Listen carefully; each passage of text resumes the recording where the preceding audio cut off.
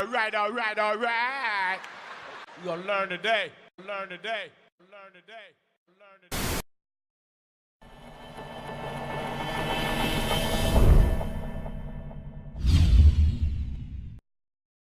There are three things I want to share with you. Number one, your growth process is complete. Number two, there's nothing going wrong in your life, nor has there ever been. And number three, you're not alone. They are, in fact, what I would call the three biggest secrets that I learned in my conversations with God. The biggest secret of life is that our growth process is complete. In fact, I'll go further. Growth was never necessary to begin with. That you were completely evolved when you came here. That is, at the moment of your birth. You were born in a state of utter perfection. And if you want to see perfection, perfection personified, as I call it, just look into the eyes of a baby. You will see it there. Nothing is wanted, nothing is needed, nothing is missing. You're looking into the face of perfection. Most people don't understand that they were finished with what they imagined they came here to do before they arrived. That the purpose of life was not to somehow get better or grow up, grow up spiritually, or to become somehow more than you now are. That the purpose of life is not to become more than you are, but to be who you are and who you were the moment you arrived. Now, the problem is if we think we are here to become somehow more than we were when we arrived, that the purpose of life is to evolve into something greater, the problem with that is we think that there's something we have to do or to be or to have, that we have to acquire something somehow or another, more wisdom, more understanding, more clarity, and for that matter that there are physical things we need to acquire as well in order to be the fullest expression of who we really are. But the process works exactly in reverse. In fact, there's nothing for us to be or to do or to have that we are required to be, do, or have in order to express who we really are. The process works precisely in reverse. We are not here to acquire anything, but to give everything. We are not here to acquire, but to give, to demonstrate. Life is about demonstration. It's not about evolution. So we've not come here to somehow get stuff, even to get more wisdom, more clarity, more understanding, none of that. We are here to give and to demonstrate the clarity, the understanding, the awareness, the consciousness that we came in here with. However, the culture teaches us exactly the opposite. The culture into which we were born here on this planet teaches us you know nothing, you got a lot to learn, you got a long way to go, buddy, blah, blah, blah. And furthermore, interestingly enough, some of the religious culture actually teaches us that what we need to learn, what we need to understand is ultimately ungraspable. That is, it's out of our reach. And what I understood then in this flash of insight that I received in my conversations with God is that you are perfect just the way you are right now. Or to put it in simple terms, which is difficult for some people to grasp or to embrace, you are divine. That is, you are my begotten child. Not just my only begotten son, but you are all my begotten sons and daughters in whom I am well pleased. And your job is not to somehow get better or become more than you are now, but simply to demonstrate who you are right now. And why? Why bother demonstrating who you are right now? What's the purpose of that? So that, I was informed, God might know itself experientially through the expression of life in every one of its forms, including the form that we call you.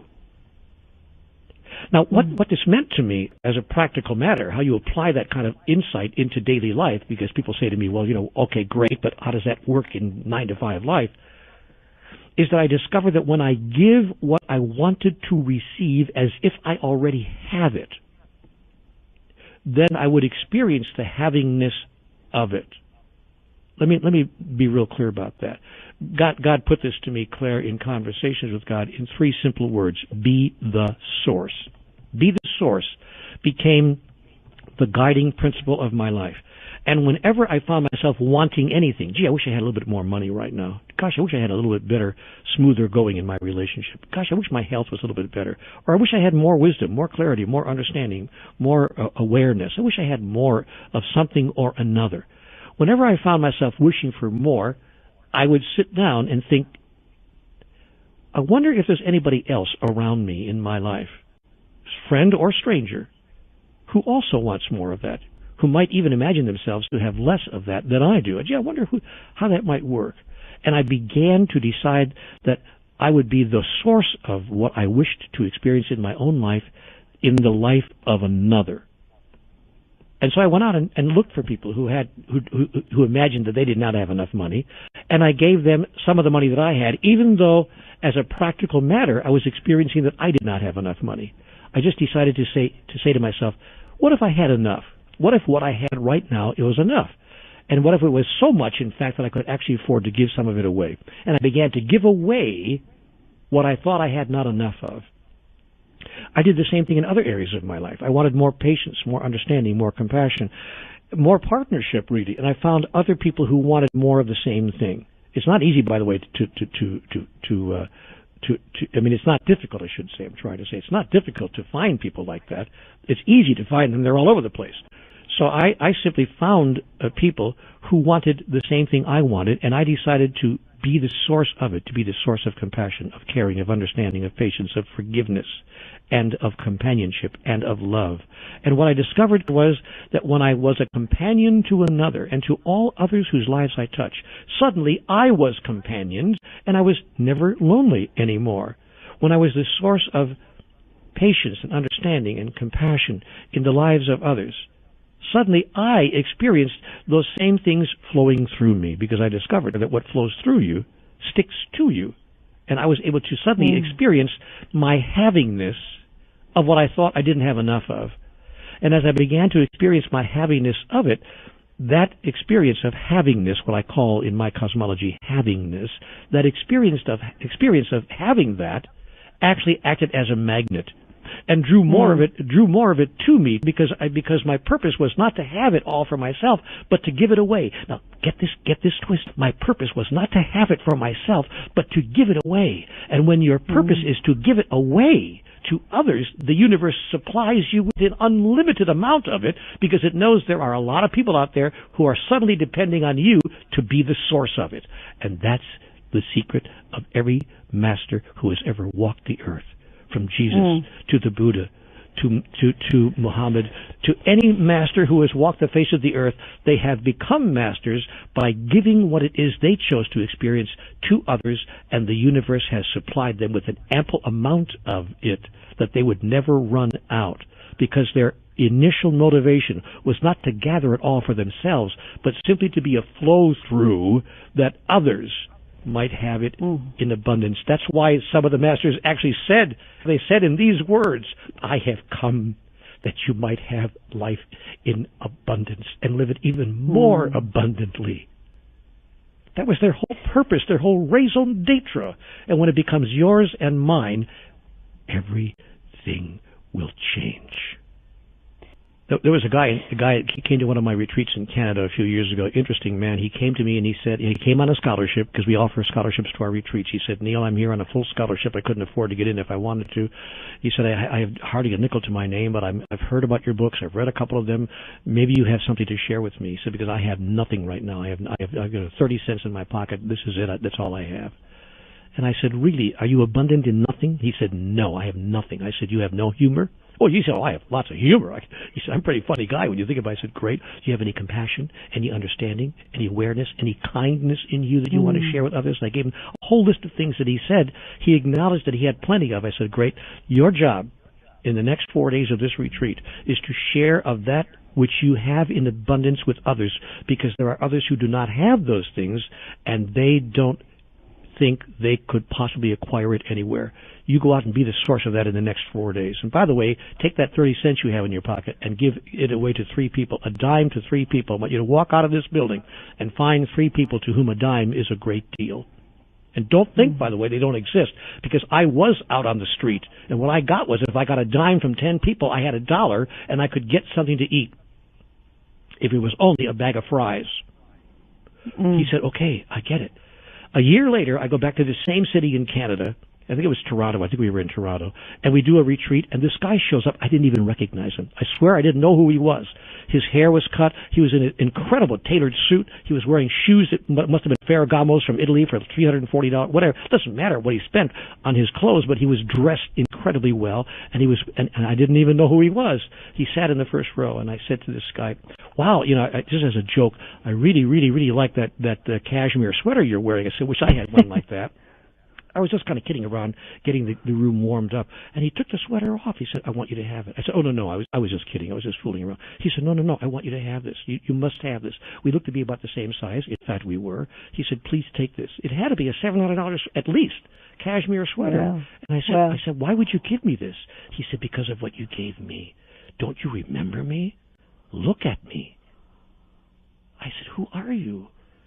He said, I'm the guy from last year who had nothing. And then suddenly I went, because I've seen so many people since then, but my mind clicked. I went, oh my golly, what happened to you? He said, I took your advice.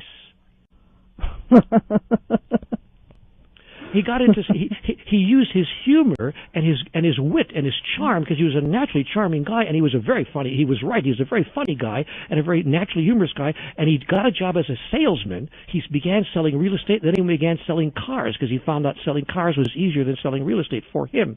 And no one could say no to this guy. At the end of a year, he was, excuse me for being gross about it, but worth a small fortune. And he couldn't stop the goodness of life from falling in on him, because he gave in abundance of what he had, and the universe said, yes, that's what you're doing here. And he got to the same place that I described earlier. He said to me, Neil, I can tell you now, I don't even work for that. I don't even care about it. Here, take this sweater. I want you to have this. It's not about that anymore. And because it's not about those things are falling in on me almost without effort. And he was a walking, living, breathing example of everything that I was sharing. Take a look at ways in which you have already experienced the completion of your evolutionary process. People kind of like, what? I'm not sure what you mean. I say, no, really. I want you to count the ways. Remember the times in your life when you actually expressed yourself at the level of mastery. Has there ever been a time? You know, what I've discovered is that most people are trained, they're culturalized to deny that. They get into shucks, this old thing. Kind of like you say to a lady, I love that dress. Oh shucks, this old thing.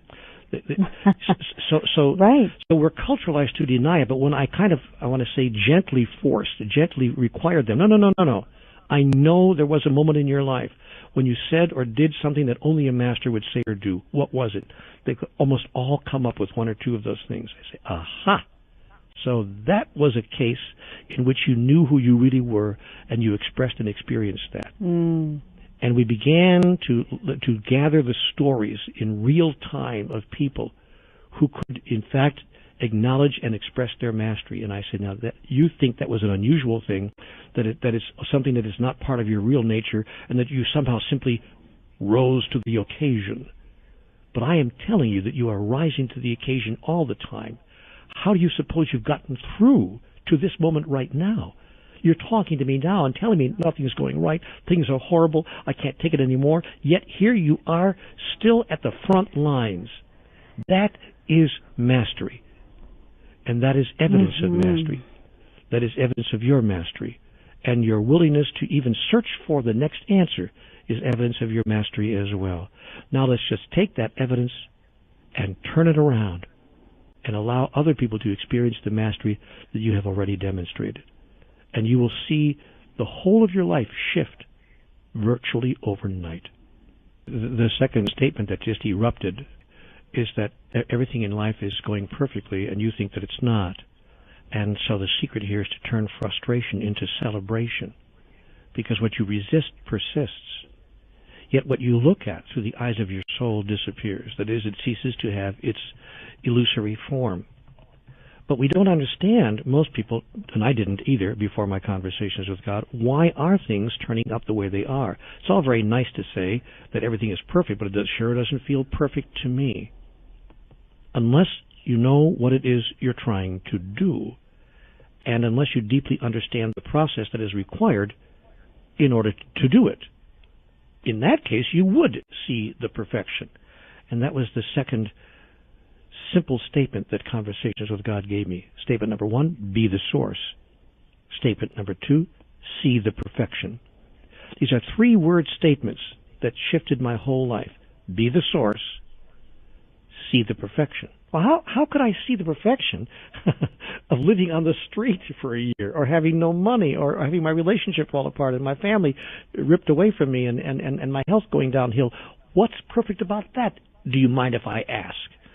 And God would say to me, look, what is happening here is that you are expressing and experiencing the essence of who you really are. And in order to experience the essence, and you're doing that, by the way, God said, as, how can I put this in the vernacular to make it simple, as a favor to me, so to speak. That is, God has created the experience of life itself in physicality as an expression in experience of who and what divinity actually is in its totality. God simply seeks to know itself experientially and is using what you and I call physical life and everything in it, including us, as the means by which to do that. But here's the great secret that Conversations with God told us. In the absence of that which we are not, that which we are is not. That is, it can't be experienced. It can't be expressed. And God gave me a very simple example so that my mind, because my mind couldn't wrap itself around that. You know, when God said that to me, I said, oh, come on, help me out. I mean, I'm not really very advanced here in my thinking process. Could you make that simple for me? God said, sure. Supposing that you decided that you are the light. Let's use a really simple example. Just say these words to me, Neil. I am the light. I said, okay, I am the light. God said, great. Now, how would you know you are the light if there weren't darkness? If you were like a candle in the sun, you'd be there all right, along with a million cajillion other candles, but you wouldn't know yourself as the light because you are, in fact, amidst a million cajillion other candles. The sun wouldn't be the sun without you, by the way. Nay, it would be the sun without one of its candles, and that would not be the sun at all. But how to know yourself as the light amidst the light. And I said, to God, well, you're God, figure something out. And God said, I already did. I will surround you with darkness. Yet when you are surrounded with darkness, raise not your fist to heaven and curse the darkness not, but use the darkness that you might know who you really are. Be a light unto the darkness that you might express who you really are, and that all those who see you would know who you really are, and by the light of your example, who they really are as well. So I said to God, okay, great example. I like the illustration. I mean, my mind can hear that, but how does that work on day-to-day, on-the-ground life? How do I deal with the so-called darkness that's being foisted upon me, that I encounter every day in my life, to say nothing about the world around me? God said, there's a real simple trick here, Neil. It's called gratitude. Gratitude is the attitude. Your job is to be grateful for, that is, to be thankful for, every condition and circumstance of life, no matter how imperfect you imagine that it is, because in fact it is perfectly designed, perfectly created, and has been called forth by you and all those around you in a collaborative effort in a perfect way to present the perfect opportunity for you to perfectly express perfection itself in you, through you, as you.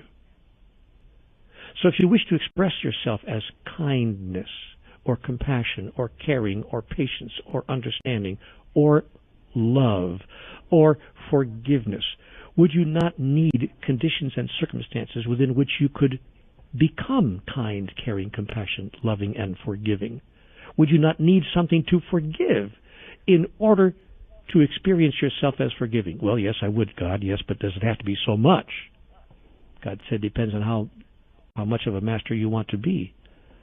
The higher level of mastery you call forth, the higher will be its opposite number in the contextual field. But if you judge it, make it wrong, if you resist it, it will become virtually, in your imagination, insurmountable. Only by embracing and accepting it by actually blessing it, by actually, if you can imagine, being grateful for it, by saying, thank you, God, for this one more chance to announce and declare, to express and to fulfill, to become and to demonstrate who I really am. And that's why every great teacher, and one of my favorite teachers is Jesus, so I often use him a lot, but all the great teachers in their own language have all said the same thing. Bless, bless, bless those who persecute you, and be a light unto the darkness, and curse the darkness not. And if a man asks you for your shirt, give him your coat as well. If a man asks you to walk 1 mile with him, go with him twain. And when the world feels like it's falling in on you and crashing in on you, at that moment announce and declare, thank you, God. Thank you, God, for this one more chance to demonstrate who I really am. And by the way, such a mental attitude is transformational. You can then be in this world, but not of it. Standing amidst the ruins all around you, and people will look at you and say, what is it you have? What is it you know that I don't appear to have or know? And then you can say, come here with me. Let me show you. And when enough people understand what you understand, embrace what you embrace, and demonstrate what you demonstrate, all the stuff that causes the world around us to fall apart begins to disappear, because it is no longer needed as a contextual field within which we can express and demonstrate who we really are. We begin to push it further and further away from us, even in fact ultimately off the entire planet as well. But a lot of people say, I've tried this, Neil, it hasn't worked. How much longer does this not having what I want have to go on? It will go on as long as you say that you do not want what you have. If you want what you have, you will ultimately have what you want. But if you say, I don't want what I have, then you are denying the very gift that makes it possible for you to have what you want. You are literally pushing away from you the circumstances, conditions, and situations that make it perfect for you to demonstrate and experience what it is you wish to have. Even if you had it, you wouldn't even know you had it. You wouldn't even know that it's part of your reality, because you are pushing away its opposite number. What you resist persists, and what you look at disappears. That is, it ceases to have its illusory form. Therefore, give that which you wish to receive, and share that which you think you have not enough of. And you will discover that part 2 of the process is absolutely true. Your life is perfect just the way it is right now. There's nothing going wrong. Everything has occurred exactly the way it needed to occur in order for you to express and experience who and what you are right here, right now. But as long as you make it wrong and say, Neil, you don't understand. Something terrible happened to me when I was 7. I'll never forget it, and you don't understand. To the degree that you make what's going on wrong, to that degree you'll make it very difficult to experience what life is designed for you to experience, who and what you really are. Let me use the example of the person perhaps who's in an abusive relationship. It could be an abusive marriage or an abusive relationship at work where the boss is just being unkind to you and verbally abusive every day, or in any other situation. It could be more serious or less serious than that. But a lot of us have been in those kinds of situations and circumstances, and regretfully, some people are really in a dangerous situation around that, where the person they're living with is actually physically abusive and could be endangering their health, or if not their very life. So let's talk about that just for a second. If you were to apply these principles, of course you would not sit there and say, bring it on, abuse me more, I'm just a doormat, walk all over me. No, of course you would not do that. But what you would do is you would discontinue imagining or thinking of what's occurring as somehow imperfect. You would in fact say to yourself, I see. This is occurring perfectly in my life right now, that I might announce and declare, express and fulfill, become and demonstrate who I really am. And part of who I really am is not only a person who forgives others when they have forgotten who they really are, but also one who loves the self. That I choose now to demonstrate my love of self And this situation has been perfectly co-created by the lot of us to allow me to demonstrate my love of self. So now I can finally answer the question, what would love do now? Love for myself, and indeed love for the other. I know that these behaviors that you're demonstrating are not new to this particular experience of you and I. I get that. This is your deepest understanding of the only way to be and to survive in the world. I'm going to love you out of that. I'm not going to make you wrong for your behaviors because I understand them. I get that the sins of the father have been visited upon the sons, even unto the seventh generation. I get that you are deeply mired in the illusions of life that drive the engine of your experience. I get that. And so I don't even have to forgive you for the abuse that you have placed in the space of our experience. But I will tell you that I will no longer receive and accept that level of abuse from you. I will love myself enough to remove myself from the space of that abuse, and I will love you enough to tell you that you're demonstrating yourself in this particular way is not the highest and most glorious aspect of who you are. And in living in that way, when we give ourselves the strength and the courage to remove ourselves from situations such as that, we sometimes discover that the worst thing that ever happened to us turns out to be one of the best things that ever happened. I think that the idea that there's nothing going wrong in my life was one of the biggest shifts and changes that could ever have occurred in my consciousness. I began to stop condemning the many things that looked like were going wrong in my life and to use them as tools in the creation and the recreation of who I really am. But you know what else it did? It removed from my consciousness resentment, anger, disappointment, frustration, and righteousness. And when those 5 elements are removed from one's consciousness, all the poison disappears. We can even look at our so-called enemy, at the one who did it to us, with kindness and love and caring and compassion. And the third secret of life is that you are not alone. You are not alone in this process that we call life.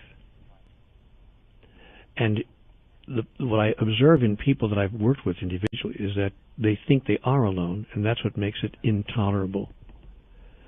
Almost any experience in life can be embraced and tolerated, if you please, if we imagine that we are at least in a shared space with another and that we have someone that we can talk to about it and get help from, and that we're not alone around all of that. Loneliness is one of the biggest emotional loneliness, even, and I don't mean just physical loneliness, because you can be in a relationship and still be emotionally alone, as people have discovered. You can be in a house full of people and be emotionally alone. But emotional loneliness is the biggest single problem facing humanity today. By the way, that's why the most severe punishment that any system can impose upon you in any penal institution is solitary confinement. They're very clear that being alone is the worst thing that people could have happen to them, being forced to be alone. We know at a cellular level that our basic nature is that we are not alone. That is, that we are all one, and therefore that we are never alone in the sense of everything else is part of us. We know that at a cellular level. That's why the impulse of all of life is to move toward life itself. You can't pass a flower without picking it up and wanting to put your nose into it. When I see lilacs bloom in the spring, I've got to go over there like Ferdinand the Bull and put my nose right in the middle of the lilacs, and I stand there and I smell them. I move toward all of life in that way. The impulse of life is to merge with other life, to experience that merging in fact is not even necessary, to experience that you are already merged. But when you don't know that, then you have an emergency. That is, you face a critical spiritual problem, a critical spiritual passage in your life when you are not clear of your basic nature. But the basic nature of life is, and the basic impulse is to express our oneness, and the fact that we are not alone in the sense that everything else is in the same boat with us, that we're all together, if you please, that we are all one. Now, that's why when we have life experiences that run against that basic nature, we wonder what's going on. We say, why? I don't understand. I don't understand. Why is it like this? Why? And the feeling of aloneness or emotional loneliness is just about the worst feeling we can have, because it bumps up against and contradicts our very nature. Again, that which we know at a cellular level must be true. The antidote to that is twofold. One, to hold as truth that we are never alone. That God, well, first of all, that there is a God that exists. There is in fact a thing called God. Call it whatever you want, Yahweh, Jehovah, Allah, Brahman, by whatever name and whatever label it suits you to refer to that ineffable essence that is the divine, as I mentioned earlier. So we notice that God exists. God is. And secondly, we notice that there's no place that God is not. That God is not here and not there, up there but not down here, but that God is everywhere. We notice that God is everywhere all the time, and that God will show up in your life in surprising ways and in unlimited numbers of forms. That is, that there's no limit to the forms that divinity will take to demonstrate itself to you if you are unable to demonstrate God's self as you, in you. And life will continue to inform life about life through the process of life itself. And God will continue to demonstrate God through the process of being God itself. For instance, wouldn't it be interesting if that what's happening right now, if the fact that people are listening to this message right now is God's way of saying, could I be more obvious? Could I be more direct with you? Who do you think set this up this way? And what are you doing sitting here listening to this right now? If this isn't divinity demonstrating itself to you vividly, allowing you to know that you are not alone, then what is? So for me, the awareness that divinity is with me, part of me, in me, as me, and surrounds me, all around me, has allowed me to not feel alone. I can go to sleep at night and I have actual conversations. I sit and I say, hey, God, nice to have a quiet time with you. Glad you're here again. And God says to me, by the way, a wonderful statement in Conversations with God. You might recall this statement, I have sent you nothing but angels. This gets back to point number 2, when we want to make the other person the villain in our story. But not only the villain, but the heroes as well in our story are all aspects of divinity demonstrating itself to us. I have sent you nothing but angels has been an extraordinary insight and awareness that I have brought into my life. But the biggest insight and awareness is that God itself, in its highest and grandest form, is always with me and never apart from me, and that I can talk to and communicate and access and become aware of and receive assistance from that aspect of the overall ultimate reality at any time that I wish. Now here's what happens.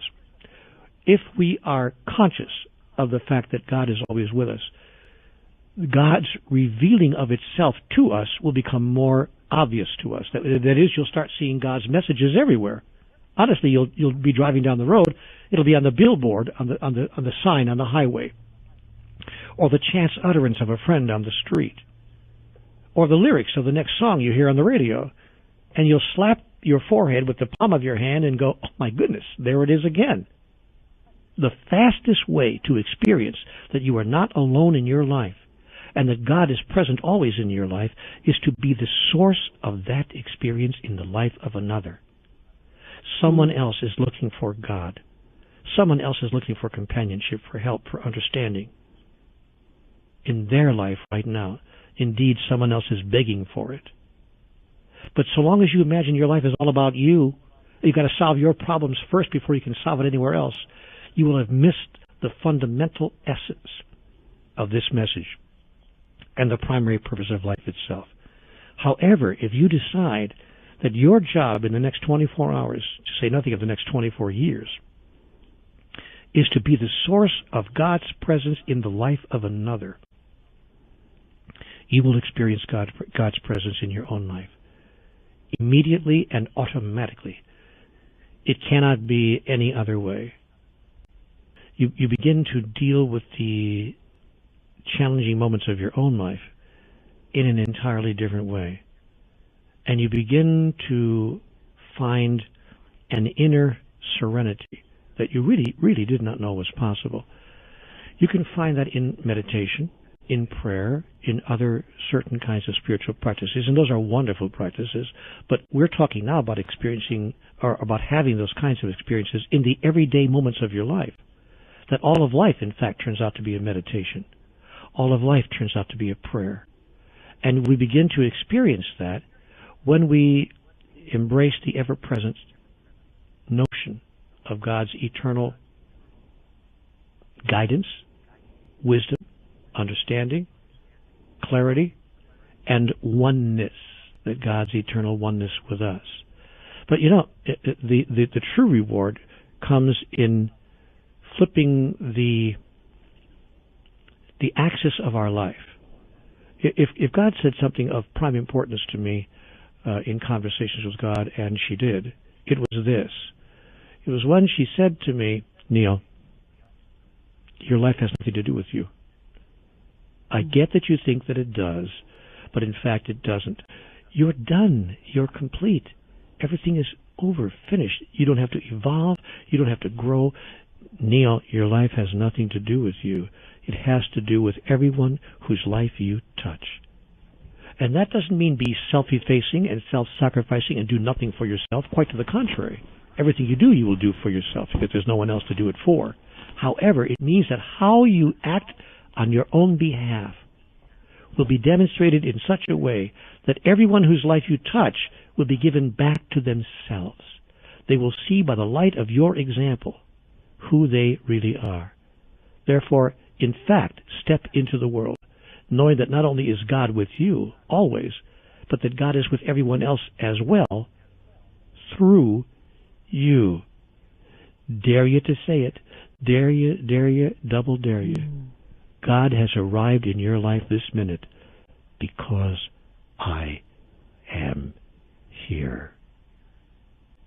All God does is remind itself of itself by being itself. Did you hear that? I said all that God does is remind itself of itself by being itself. So you go around and remind all the other aspects of divinity of who they really are by demonstrating who you really are.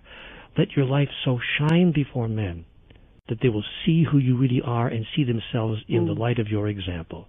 Or as someone put it once before, vividly, I have come that you may have life and that you may have it more abundantly. That's why Beautiful. I am here.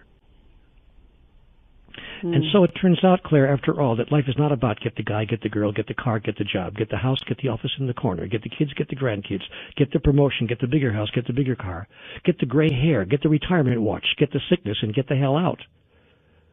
There's more going on in the process of life. In fact, all that I've just said has nothing to do with it. And yet all those wonderful things can be experienced by us, through us, as us. The things we want in our life, relationship, right livelihood, an experience of full expression, creativity, dynamism, wonderfulness, joy, family, all the things we yearn for will come to us without effort when we apply these three secrets. Thank you for watching this video, my friends. I hope you really enjoyed it. Make sure you leave a comment below and please subscribe to this channel. I want to give you so much more. Thank you, and I'll see you next time.